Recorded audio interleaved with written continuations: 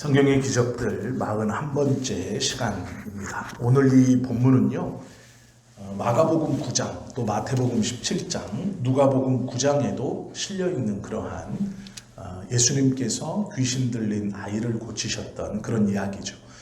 그런데 이 세 복음서 중에 마가복음에서 가장 자세하게 기록해 놓고 있습니다. 그래서 오늘은 마가복음 9장의 말씀을 가지고 우리가 좀 함께 성경의 말씀을 좀 알아가려고 합니다.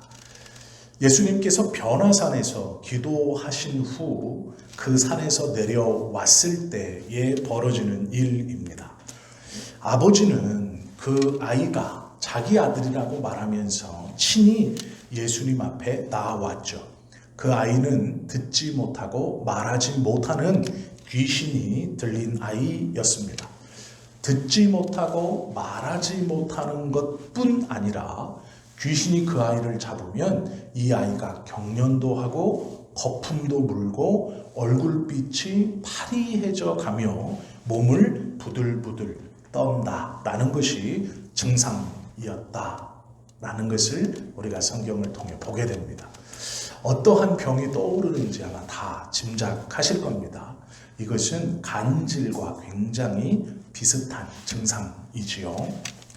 예수님께서 이 아버지가 그 병에 들린, 정확히 말하면 듣지 못하고 보지 못하는 귀신 들린 아이를 예수님께 데리고 왔을 때 예수님께서는 변화산에 계셔서 기도하고 계시고 그 아래에, 산 아래에는 예수님의 제자들이 함께 있었습니다.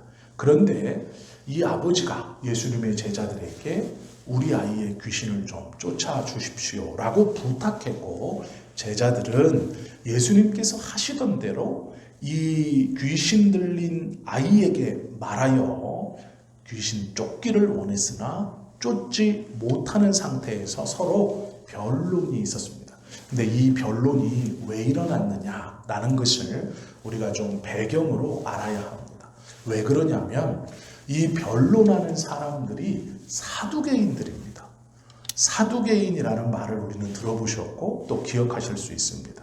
이 사두개인이라고도 부르고 사두개파라고도 부릅니다. 그런데 이 사두개인들은 다윗과 솔로몬 시대의 제사장을 지냈던 사독이라는 제사장의 이름에서 유래한 그러한 종교 집단입니다. 근데 문제는 이 사람들은 사두개파의 구성원이 어떻게 되어 있느냐? 귀족들과 예루살렘에 거주하는 유력한 자들이 함께 뭉쳐서 형성한 것이 이 사두개파의 구성원들입니다. 그런데 이 사두개인이라고도 부르고 사두개파라고도 부르는 이 사람들이 출신만 제사장의 후손이나 또 귀족들의 가문, 그리고 예루살렘의 권력자, 부후들, 이렇게 출신만 귀족들과 잘 사는 사람들이 모여있는 종교 집단이구나, 이것만이 아닙니다. 이 사람들을 사두개파라고 부르는 이유가 있습니다. 그게 무엇이냐면 이스라엘은 과거에서부터 구전으로 전해 내려오는 여러 규칙들, 또 율례들, 생활 습관들이 있었습니다. 그런데 이 사두개파 사람들은 구전으로 전해 내려오는 율례들, 또 장로의 유전들, 우리가 말하는 율법들을 하나도 지키지 않았습니다. 아니, 믿지 않았습니다. 오로지 이 사두개파가 중요하게 여겼던 것은 모세오경입니다. 모세오경에 써 있는 것들만을 믿고 그것만을 지켰습니다. 그래서 모세오경에 기록되어져 있는 것을 하나님의 말씀으로 지켰고, 그곳에서 하나님이 지키라, 이렇게 해라 라는 것들을 특별하게 생각했고, 구전으로 내려오는 장로의 전통들, 그 다음에 생활의 습관들, 이런 것들은 지키지 않았습니다. 이것이 사두개파의 구성원들이고 또 그 사람들이 중요하게 여겼던 신학의 바탕입니다. 그리고 또 하나의 특징이 있다면 이 사두개파의 사람들은 천국을 믿지 않았습니다. 내세를 믿지 않았습니다. 그리고 천사들을 믿지 않았습니다. 이것과 반대편에 있는 사람들이 바리새파입니다.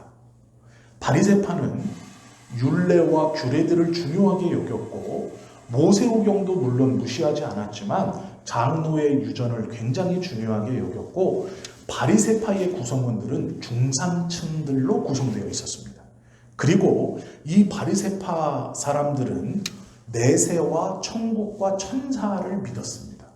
그러니까 사두개파와 바리새파의 종교 지도자들 이 두 그룹은 구성원에서부터 여기는 귀족과 예루살렘의 권력자들, 이곳은 중산층, 그리고 이들의 신학은 모세 오경을 중심으로, 이 바리새파들은 장로의 유전을 중심으로 이루어졌고, 이들은 천사도 안 믿고 내세관도 없었고 천국도 믿지 않았습니다. 그런데 바리새인들은 천사도 믿었고 내세도 믿었고 천국도 믿고 있는 사람이었습니다. 이 두 집단이 이렇게 극렬하게 딱 대척점에 서서 서로가 서로를 비난하면서 자기들이 구원을 받고 하나님의 믿음 안에 더 가까이 있다고 견제하던 사람들입니다. 이 두 파가. 그런데 성경에 보시면 예수님을 십자가에 못 박을 때 이 사두개인과 바리새인들이 협력했다 이렇게 말하고 있는 것을 보죠.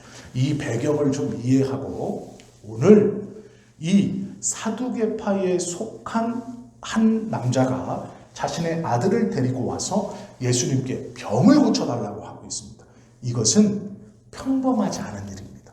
왜 그러냐면 바리새파 사람들 중 한 남자가 자신의 귀신 들린 아들을 데리고 와서 예수님께 고쳐달라고 하면 당연히 일어날 수 있는 일인데 사두개파의 사람, 사두개인에게 속한 사두개파의 사람, 즉 정확히 얘기하면 예루살렘에 있는 귀족 가문의 일원이거나 그 예루살렘 중심으로 있는 권력을 가지고 있는 자들 중에 한 사람, 천사도 안 믿고 내세도 안 믿고 천국도 안 믿고 오로지 모세 오경에 나와 있는 그 말씀만을 하나님의 말씀이라고 믿고 있는, 신앙적으로 보면 굉장히 건조하고 드라이한 이 사람이 예수님 앞에 나와서 자기 아들의 병을 고쳐달라고 하는 것은 쉬운 일이 아닙니다. 이 아버지가 자기 아들을 데리고 예수님 앞에 가고 있다라는 것을 사두개인들이 보고 우르르 따라온 겁니다. 오면서 뭐라고 했을까요? 뻔하죠. 너 지금 실수하고 있는 거. 이 아이를 예수께 데리고 간다는 것은 우리 사두개인의 신앙을 완전히 부정하는 거다. 우리는 모세 오경에 기록된 것만을 하나님의 말씀으로 믿고 우리는 천사도 믿지 않고, 천사를 믿지 않는다는 건 반대쪽에 있는 뭘 믿지 않는다는 걸까요? 귀신도 믿지 않는다는 거예요. 우리는 천사도 믿지 않고 천국도 믿지 않고 내세도 믿지 않는 사람들인데 네가 예수께 가서 네 아이의 귀신 들림을 쫓아달라 라고 하는 건 사두개인으로서 할 수 없는 일을 하는 겁니다. 지금. 그래서 이 아버지가 아이를 데리고 사두개인의 무리 속에 속해 있는 한 남성이, 한 가정을 대표하는 남성이 자기 아들을 데리고 왔다. 사두개인이 왔다. 이것만 해도 큰일인데 요 남성의 일이 얼마나 주목받는 일이었는지 그 주변에 다른 사두개인들이 쫓아온 겁니다. 쫓아왔고 예수님의 제자들에게 귀신 들린 우리 아들을 좀 귀신을 쫓아주십시오라고 하니 제자들이 쫓지 못했습니다. 그래서 변론하고 있는 거예요. 그러면 이 변론은 너희들이 귀신을 쫓냐 못 쫓냐 이 변론이 아닙니다. 사두개인들이 지금 이 사람들에게 하는 변론은 귀신이 없으니 너희가 못 쫓지, 너희가 말하는 천국이 가짜이지, 너희가 말하는 천사와 이것이 가짜이지 라는 말이에요. 그러니 예수 공동체의 사람들은 이 귀신이라는 존재 그리고 천국이라는 것, 내세 사상 이것을 가지고 있는 공동체입니다. 그러니 그들이 사두개인들이 바리새인과 싸우듯 지금 예수 공동체가 이 사두개파 사람들과 그걸 가지고 싸우는 거예요. 아기를 고쳤냐 못 고쳤냐로 다툰다는 게 아니고 귀신이 있느냐 없느냐, 천국이 있느냐 없느냐, 이걸 가지고 지금 다투고 있다는 겁니다.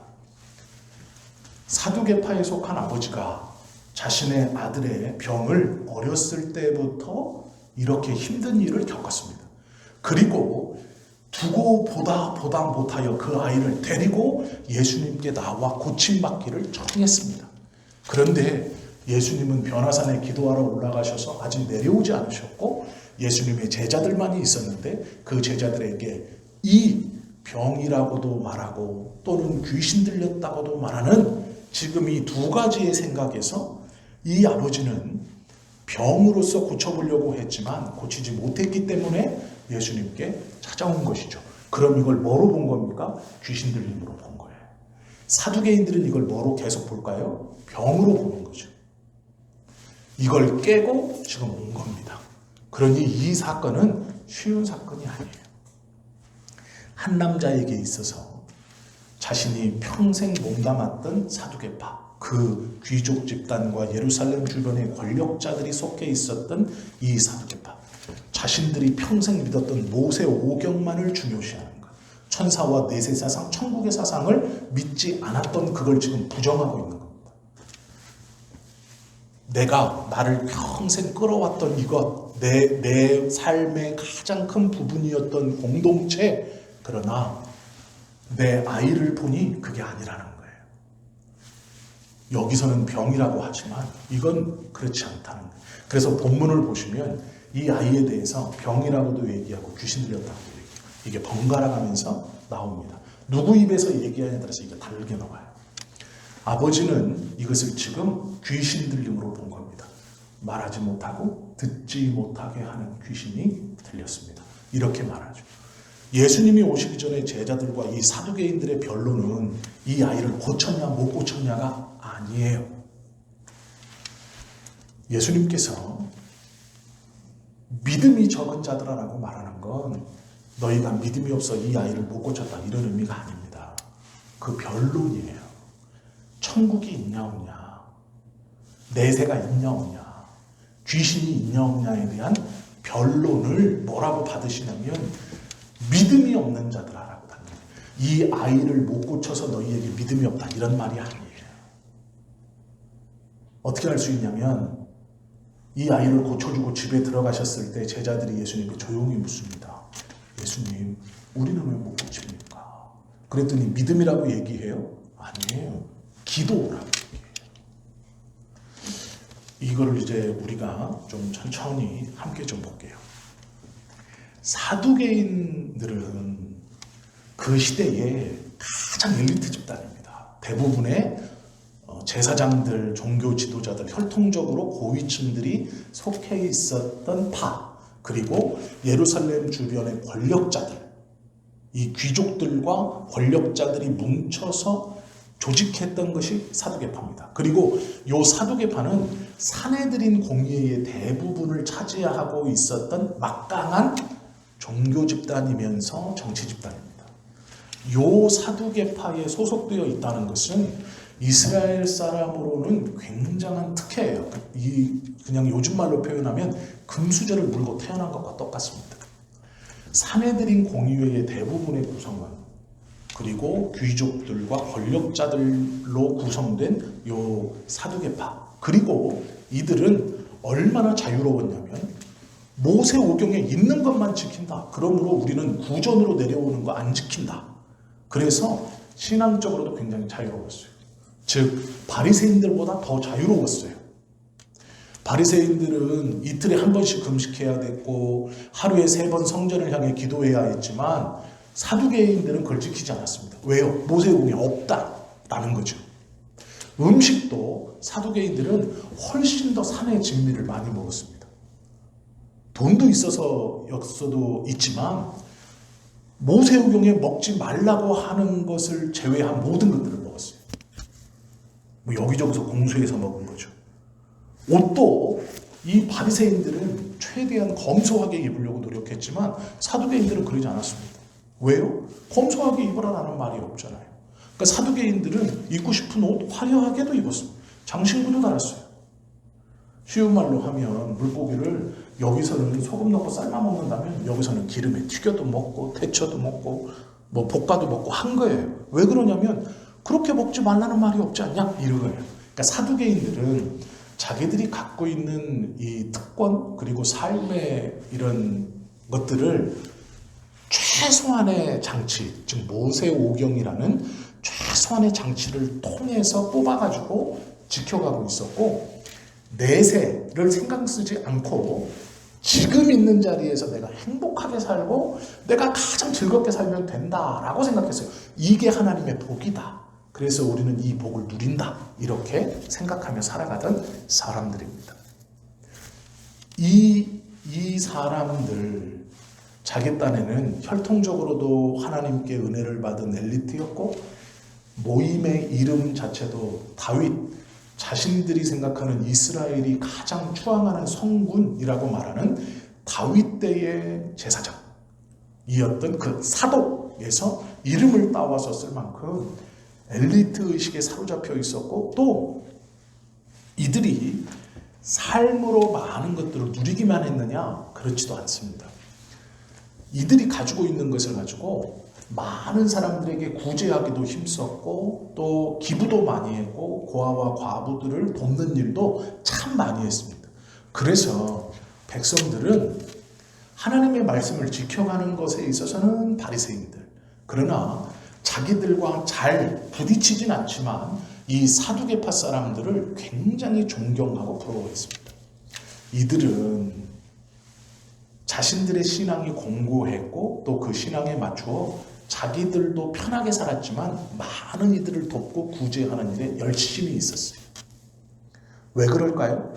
내세가 없으니까 이 땅에서 내가 하나님의 말씀대로 잘 베풀어서 이것을 이 땅에서 잘 누린다고 생각했던 사람들이에요.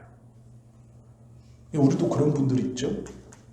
이 땅에서 잘 살면 하늘에서도 잘 산다라는 생각을 갖고 있어요. 뭐 그런 분들이 있어요. 비슷한 분들이. 이 사두개파는 그런 특징을 갖고 있습니다. 요 사두개인의 구성원 중 한 남자가 자신의 아들을 지켜보면서 갈등하고 그 갈등의 종지부를 찍고 예수님 앞에 나왔어요.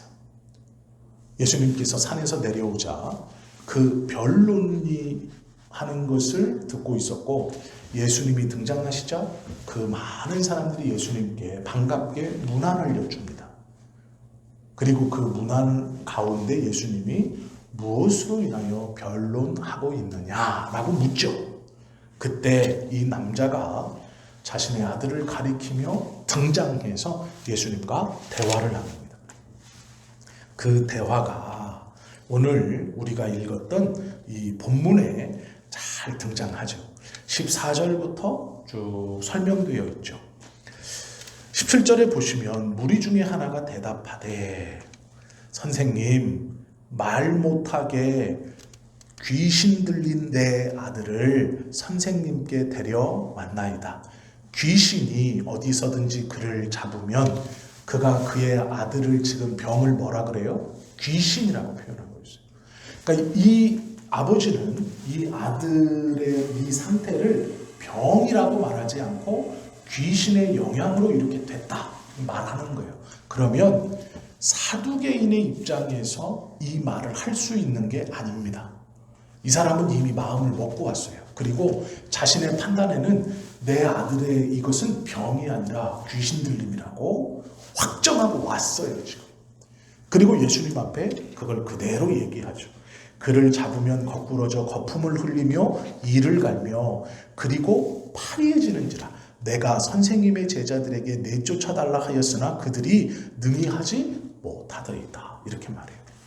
예수께서 이르시되 믿음이 없는 세대여 내가 얼마나 너희와 함께 있으며 얼마나 너희에게 참으리요 그를 내게로 데려오라.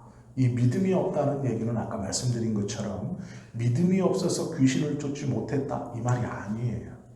귀신을 쫓는 방법은요, 예수님께서 뭐라고 그러냐면 기도 외에는 이런 것이 나갈 수 없다라고 말해요. 이렇게 이해하시면 돼요. 귀신 들린 아이가 왔습니다. 예수님의 제자들도 예수님이 귀신을 쫓는 것을 알았고 또 자기들도 예수님이 귀신을 어떻게 쫓는지를 다 보았습니다. 그렇기 때문에 그대로 했어요. 그런데 안 됩니다. 왜 안 될까요? 예수님이 뭐라고 말해요? 기도 외에는 이런 것이 나갈 수 없다 이렇게 말해요. 이것은 그냥 예를 아주 쉽게 들면 돼요. 우리나라에서 지금 여러 유명한 사람들이 있지만 축구에서 유명한 사람이 손흥민입니다. 손흥민 선수가 영국에서 너무 잘하고 있죠. 그래서 우리나라뿐 아니라 지금 아시아에서도 굉장히 손흥민을 주목하고 있고 인기가 많습니다. 생각을 해보세요. 손흥민이라는 선수가 프로 무대에서 영국 축구 프로축구에서 뛰고 있는데 이 사람이 그 축구 경기에서 열심히 뛰고 잘 뛰고 이러는 것은 연습 때 설렁설렁하고 나는 잘하니까 연습은 뭐 그냥 대충 하면 되겠지 이러면 여기서 잘 뛸 수 있을까요? 아니죠. 똑같은 말이에요. 기도 외에는 이런 유가 나갈 수 없느니라는 말이 뭐냐면 여기서 기도를 열심히 해야 된다는 거예요. 그래야 여기서 잘 결과가 좋게 나온다라는 얘기예요. 이해가 되십니까? 프로축구 선수가 운동장 안에서 열심히 뛰고 잘 뛸 수 있는 이유는 뭘까요? 운동장 밖에서 최선을 다해 연습했기 때문이에요. 여기서 연습을 최선을 다해서 해야 경기 안에 들어왔을 때 여기서 잘할 수 있는 거예요. 여기서는 놀고 아무것도 하지 않고 경기에 들어와서 내가 잘할 수 있다? 천만의 말씀 못 뜁니다. 지금 예수님은 그 비유를 얘기하시는 거예요. 기도 외에는 이런 유가 나갈 수 없다는 건 그 기도하는 귀신을 쫓는 그 순간 내가 정말 기도를 진실되고 빡세게 표현이 참 그런데 정말 진실되고 정확하게 내가 땀을 뻘뻘 흘리면서 여기서 해야 되는구나 그 말이 아니고요. 귀신을 쫓는 그 기도를 하는 그 시간 전 여기서 기도를 계속 해왔어야 한다라고 말씀하시는 거예요. 본 게임 전 연습할 때 최선을 다해 그 말이에요. 예수님께서 이 아버지에게 이렇게 대답하죠. 데려오라 라고 말해요. 오니까 이 아이 안에 있는 귀신이 이 아이를 붙잡아 그 증상을 그대로 보여줍니다. 땅에 엎드려 경련을 일으키게 하고 거품을 물게 하죠. 그리고 굴러요. 예수께서 아버지에게 묻습니다. 언제부터 이랬느냐? 그랬더니 아버지가 어려서부터 이랬습니다. 이렇게 대답을 하죠. 그리고 이제 부연 설명을 하니 뭐라 그러냐면 귀신이 이 애를 죽이려고 물에도 집어넣고 불에도 집어넣습니다. 몇 번 그렇게 했습니다. 라고 해요. 그리고 무엇을 하실 수 있거든 우리를 불쌍히 여겨 주십시오. 라고 말하죠. 우리가 먼저 생각해 봐야 될 것은 이것입니다. 사두개인이라는 것은 자신도 그렇고 주변 사람도 그렇고 뭐 타고난 것도 잘 타고났고 누리고 있는 것도 많지만 그 사두개파라는 요 안에는 자기들 나름대로 신앙적으로 굉장히 신실해야 되고 지켜야 할 규칙들 그리고 그 사두개파 속에서 품위를 유지해야 되는 종교적 수준이 있었습니다. 그것이 결코 낮은 것이 아니었어요. 그렇다면 백성들에게 존경을 받을 수 없었을 겁니다. 타고난 것만으로도 그들이 누렸다. 그게 아닙니다. 그 존경을 받을 만한 것들을 열심히 해왔어요. 그래서 산헤드린 공의회의 대부분의 의원들을 이 사두개파가 차지할 만큼 그들은 신앙적으로도 신실했고 또 율법적으로도 열심을 품고 잘했던 사람들입니다. 그런데 그들에게도 이런 문제가 발생한다는 거예요. 그러면 우리가 이 성경을 통해서 첫 번째 생각해 봐야 할 것은 어려움과 고난은 누구에게든 생길 수 있어요. 정말 하나님 앞에서 신실하게 살려고 하는 어떤 성도의 자녀에게, 어떤 성도에게, 어떤 집사님에게, 어떤 권사님에게, 어떤 장로님에게, 어떤 목회자에게도 생길 수 있다는 거예요. 그것은 믿음의 문제나 내 생활의 어떤 문제가 아니다라는 겁니다. 사두개인은 그 시대에 가장 앞서 있는 종교 엘리트 집단이고 이 엘리트 집단이 부정적인 것만은 아닙니다. 그들은 그들 나름대로 최선을 다해서 하나님을 위해서 살던 사람들이에요. 많은 백성들이 존중하고 인정했던 사람들입니다. 그들에게 어려움이 처했다라는 것은 우리들도 마찬가지다라는 거예요. 어느 믿음 때문에 벌어지는 일이 아니다라는 거죠. 고난은 믿음이 연약해져서 오는 것이 아닙니다. 내가 고난이 왔을 때 믿음으로 이길 수는 있지만 믿음이 약해서 고난이 온 것은 아니다라는 것들을 기억하고 생각해야 됩니다. 그 뒤에 보면 이 고난이 어떻냐? 이런 고난도 있습니다. 나봇이라는 사람의 이름을 들어보셨을 거예요. 아합 왕 때 예루살렘 성 주변에 아주 좋은 포도원을 갖고 있었던 사람입니다. 이 나봇의 포도원은 자기 조상에게 물려받은 거예요. 그래서 나봇의 아버지도 이 포도원을 잘 가꾸었고 나봇도 이 포도원을 잘 가꾸었습니다. 조상 때에서부터 물려받은 포도원이었어요. 그런데 아합이 왕궁에서 보니 왕궁에 있는 어떤 포도원보다 그 나봇의 포도원이 너무 기름지고 보기에 좋은 거예요. 그러니 그걸 가지려고 이 나봇을 회유하고 협박하고 나중에 아합이 그것 때문에 근심하고 있자 그의 부인 악한 왕비의 대명사인 이세벨이 뭘 그렇게 합니까? 죽여버리고 뺏으면 되죠. 이렇게 해서 고난을 받았던 것이 나봇입니다. 나봇이 무슨 잘못을 했습니까? 잘못한 것이 없어요. 조상 때부터 하나님의 은혜로 받았던 그 땅, 그곳에 조상 때부터 만들어져 있던 포도원을 잘 관리한 죄밖에 없습니다. 그런데 고난을 받아요. 우리가 고난이 내 삶에 올 때 무엇인가를 돌아보고 내 삶을 잘못한 것이 있는가를 돌아보는 것은 좋은 것이지만 모든 것을 그렇게 생각하시면 안 된다라는 거예요. 이렇게 받는 고난도 있다라는 것이죠. 요셉도 마찬가지죠. 잘못한 것이 없지만 팔려가는 거예요. 누명도 쓰고 감옥에도 갑니다. 그리고 잊혀져요. 하나님께서 이 고난을 허락하신다라는 것에 우리가 알지 못하는 어떤 계획이 있을 수 있고 요셉처럼 품으신 계획이 있을 수 있고 나봇처럼 어떠한 계획인지를 눈치채지 못하는 그러한 고난이 올 수도 있다. 이건 믿음의 문제가 아니에요. 이 고난 앞에서 나를 돌아보는 것은 굉장히 중요하지만 고난이 왔을 때 그걸 이길 때는 믿음으로 이길 수 있지만 그것이 온 것 자체가 믿음의 문제가 아닐 수 있다. 이것을 좀 구별해야 한다라는 것이죠. 때때로 이 같은 고통이 우리에게 올 때 우리가 믿음으로 인내로 이것을 견뎌내어야 한다라는 것이죠. 이 아버지에게 아이의 이 고통은 참을 수 없는 고통이었고 아픔이었습니다. 그러기에 사두개인이었지만 많은 동료들이 따라와서 예수님 앞에 나가는 것을 오면서 여러 이야기를 했을 거예요. 그랬지만 결국 예수님 앞에 데리고 나와 지금 예수님과 대화하고 있는 거죠. 그리고 그 아들의 넘어지고 경련을 일으키고 이 거품을 부는 것을 많은 무리들이 보는 데서 그렇게 또한 그것을 봅니다. 그리고 얘기를 하죠. 불쌍히 여겨주시고 무엇을 할 수 있거든 도와주십시오 라고 얘기해요. 그때 예수님께서 23절에 보시면 말씀하시죠. 할 수 있거든이 무슨 말이냐. 믿는 자에게는 능히 하지 못할 일이 없느니라 라고 말하죠. 곧 그 아이의 아버지가 소리를 질러 이르되 내가 믿나이다.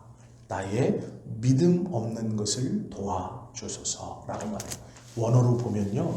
내가 도와달라는 소리를 질렀으니 듣고 달려나와 주십시오. 이러는 거예요.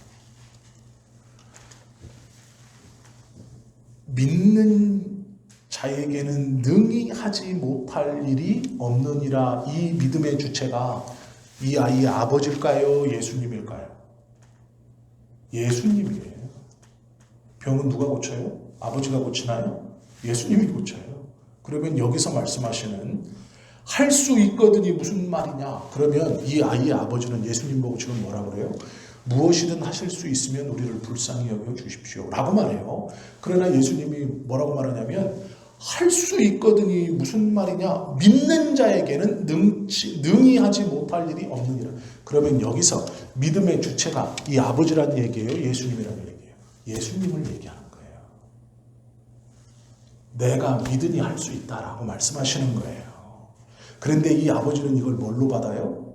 이 우리나라 성경이 좀 헷갈리게 하셨어요. 내가 믿습니다. 나의 믿음 없음을 도와주십시오. 아니에요. 그 얘기가 아니에요. 이 말의 원 의미가 뭐냐면 할 수 있거든이 무슨 말이야? 네가 지금 나한테 할 수 있거든? 나를 도와주십시오. 나보고 할 수 있거든이 무슨 말이냐? 나는 믿는 자는 거예요. 믿는 자. 그럼 믿는 자는 무슨 말이에요? 고칠 수 있는 자라는 뜻이에요. 나는 믿는 자에게는 능히 하지 못할 일이 없느니라. 그건 예수님 보고 예수님이 말씀하시는 거예요. 이 아버지 보고 믿어라. 네 믿음이 얘를 고친다. 이렇게 말씀하는 게 아닙니다. 능히 하지 못할 일이 없느니라 하니 아버지가 뭐라 그러냐? 제가 도와주소서라고 소리를 질렀으니 듣고 달려나와 주십시오. 이 말이에요. 이해가 되시죠? 이게. 믿음의 주체가 아버지가 아니에요. 예수님에게 있는 거예요. 지금 이 상황은 믿음이신 예수님께 능히 하지 못할 일이 없는 예수님께 이 아버지가 도와주십시오 소리를 질렀으니 내 이 도와주십시오 소리를 듣고 달려나와 주십시오라고 간청하는 거예요. 믿음을 달라고 하는 게 아닙니다. 이 원문으로 보면 그러면 예수님이 이 말을 이 사람이 질러요. 내가 도와주십시오라고 소리를 질렀으니 그 소리를 듣고 달려나와 주십시오라고 하는 말을 듣자 주변에 있는 사람들이 예수께서 무리가 달려와 모이는 것을 보고 왜 달려올까요? 아버지가 소리 질렀잖아요. 내가 도와달라고 소리 질렀으니 달려와 나에게 달려와 주십시오. 그러니 무리들이 그 소리를 듣고 모이는 거예요. 다 달려와서 꽉 모여요. 그러자 예수님이 그 무리가 달려 모이는 것을 보시고 더러운 귀신을 꾸짖어 야단치시는 거죠. 이르되 말 못하고 못 듣는 귀신아. 귀신인데 귀신이 말 못하고 못 듣는 귀신이에요. 말 못하고 이거 잘 알아두셔야 돼요. 예수님께서 귀신에게 지금 뭐라고 그러냐면 말 못하고 이 귀신은 말하지 못하고 듣지 못하고 애가 말하지 못하고 애가 듣지 못한다는 얘기가 아니고요. 귀신이 듣지 못하고 말하지 못하고 말 못하고 못 듣는 귀신아 내가 내게 명하느니 그 아이에게서 나오고 다시 들어가지 말라 하시며 귀신이 소리 지르며 아이로 심히 경련을 일으키게 하고 나가니 그 아이가 죽은 것 같이 되어 많은 사람이 말하기를 죽었다 이렇게 말한대요. 예수께서 그 손을 잡아 일으키시니 이에 일어서니라. 집에 들어가심에 제자들이 조용히 묻자오되 우리는 어찌하여 능히 그 귀신을 쫓아내지 못하였나이까. 이르시되 기도 외에 다른 것으로는 이런 종류가 나갈 수 없느니라 하시니라. 이것이 이 이야기의 전말입니다. 그러니까 이 이야기의 전말을 우리가 이제 지금 다 자세히 성경에서 가르쳐 주시는 대로 들은 거예요. 그러면 우리가 평소에 알고 있던 것과는 많이 다른 이야기죠. 이 이야기가. 이 이야기 속에 숨어있는 원래의 이야기를 정확히 들은 겁니다. 차이점을 발견하셔야 돼요. 그동안 내가 성경을 읽으면서 이 귀신을 쫓는 예수님의 이야기를 들으면서 생각했던 것과 성경이 원래 말씀해 주시려고 했던 것이 다르다. 포인트가 달라요. 핵심 포인트가. 뭐였냐? 그전까지 우리는 이 본문을 읽으면서 아버지의 믿음이 중요했어요. 믿음의 고백이 중요했어요. 내 믿음이 중요했어요. 심지어는 내가 믿음이 없다고 하는 것을 고백하는 그 믿음이 중요했어요. 그런데 그렇지 않은 거예요, 지금. 이 본문은 중요한 게 뭐냐면 믿음 자체이신, 믿음을 갖고 있는 귀신을 쫓은 능치 못하심이 없는 예수님의 믿음이 중요한 거예요. 이 본문에서의 중요한 거예요. 예수님이 말씀하시는 믿음이 뭔가요? 제자들에게 여기에서 말씀하실 때 앞에서 믿음이 없는 세대여 내가 얼마나 너희와 함께 있으며 얼마나 너희에게 참으리요 라고 말했던 그 믿음이 뭘까요? 뒤에서 예수님이 말씀하시는 믿음이에요. 할 수 있거든이 무슨 말이냐? 믿는 자에게는 능히 하지 못할 일이 없느니라. 자, 요거를 이제 갭을 이해하셔야 돼요. 우리가 그렇지, 내가 믿음을 가지고 평소에 기도하면서 어떤 일을 만났을 때 그 믿음으로 내가 평소에도 열심히 기도했고 하나님 앞에 신실했고 그것으로 기도하면 이 믿음을 가지고 이 문제를 극복할 수 있지, 그런 말이 아니고요. 예수님이 가르쳐 주시는 말씀은 뭐냐면 지금 이 9장에서는 예수님이 믿음이에요. 그리고 예수님 외의 사람들은 지금 뭐 하면 은혜를 받는 건가요? 믿음이신 예수님을 부르면 된다는 거예요. 지금 할 수 있느냐라고 묻는 것. 할 수 있거든이 무슨 말이냐? 믿는 자에게는 능히 하지 못할 일이 없느니라가 예수님입니다. 예수님의 은혜를 경험하는 사람은 누구예요? 그 예수님이 모든 것을 할 수 있다는 것을 믿고 내가 도와달라 불렀으니 그 도와달라 부르시는 것을 듣고 속히 달려와 주십시오라고 부르는 게 중요한 거예요. 내 믿음이 아니고 믿음은 예수님이에요.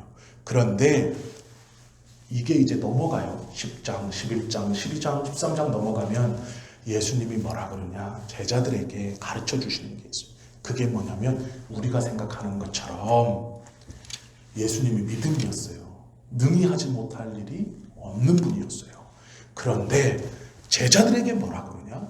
나보다 더 큰 일도 하리라. 이렇게 말해요. 그거는 9장에서 일어나는 일이 아닙니다. 뒤에서 일어나요. 뭘 통과해야? 십자가를 통과하고 또 하나 성령을 받아야 그 뒤에 일어나는 일이에요. 그럼 우리의 생각대로 우리가 생각했던 내 믿음으로 능치 못하는 일이 없다.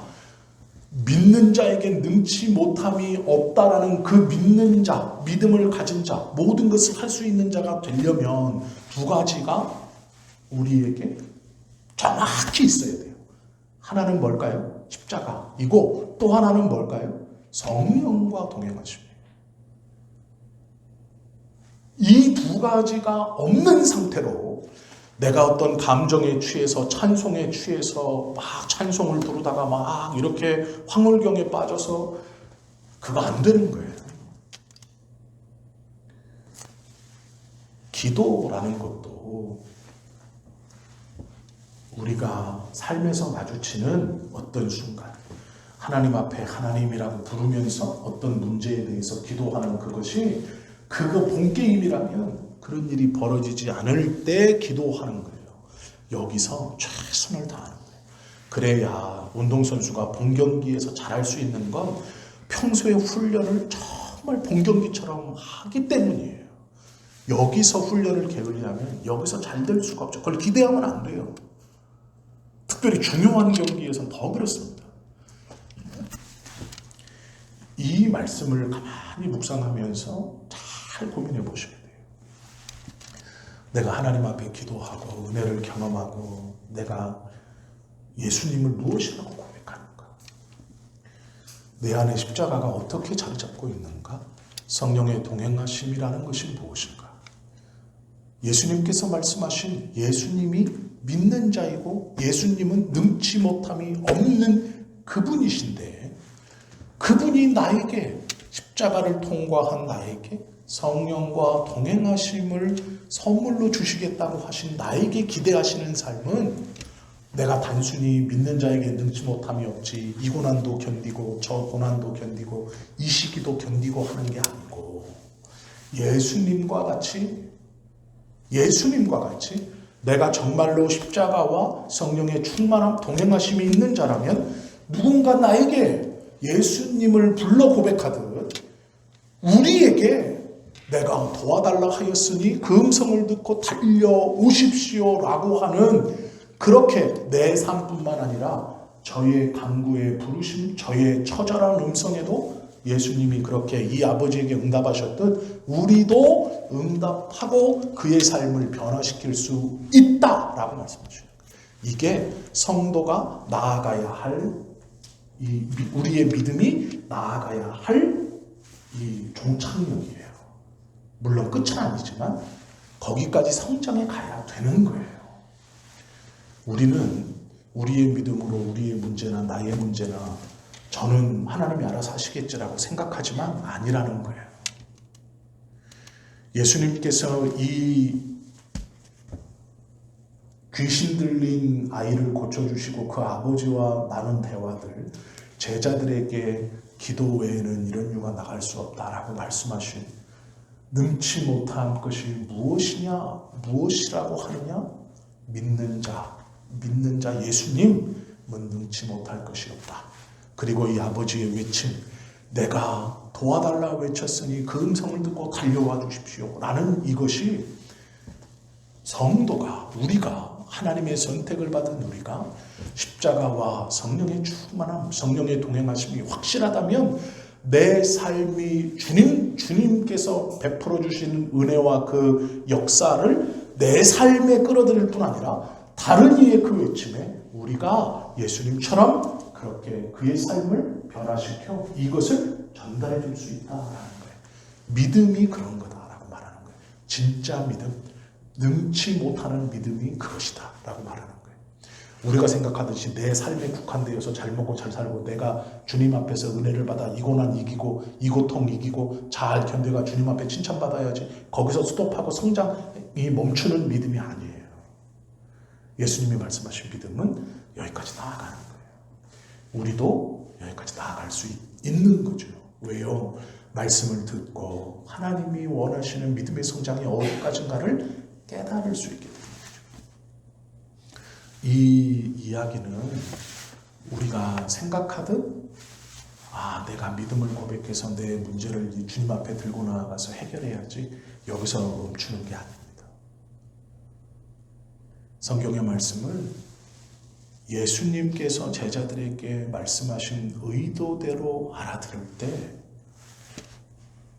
믿음의 문제가, 구원의 문제가 나와 동행하신다고, 나에게 할 수 있다고 말씀하시는 그것이 내가 생각하는 이만한 틀이 아니라 그것과는 비교할 수 없는 큰 삶, 더 큰 믿음과 은혜를 말씀하시는 거구나 라는 것을 우리가 알 수 있죠. 성경을 읽으며 성령께 기도하시고 또 성령 하나님의 지혜를 통해서 성경의 말씀을 잘 이해하셔야 돼요. 그리고 그 말씀을 잘 알아듣는 것은 그래서 굉장히 중요합니다. 오늘 우리가 이 시간 이 말씀을 좀 나누었어요. 이 말씀 속에 각자에게 주신 깨달음과 또 믿음의 성장이 분명히 있을 거라고 저는 생각합니다. 그리고 그것을 위해서 성령님께 우리 함께 기도하고 또 이것을 사모하는 자에게 주시는 거예요.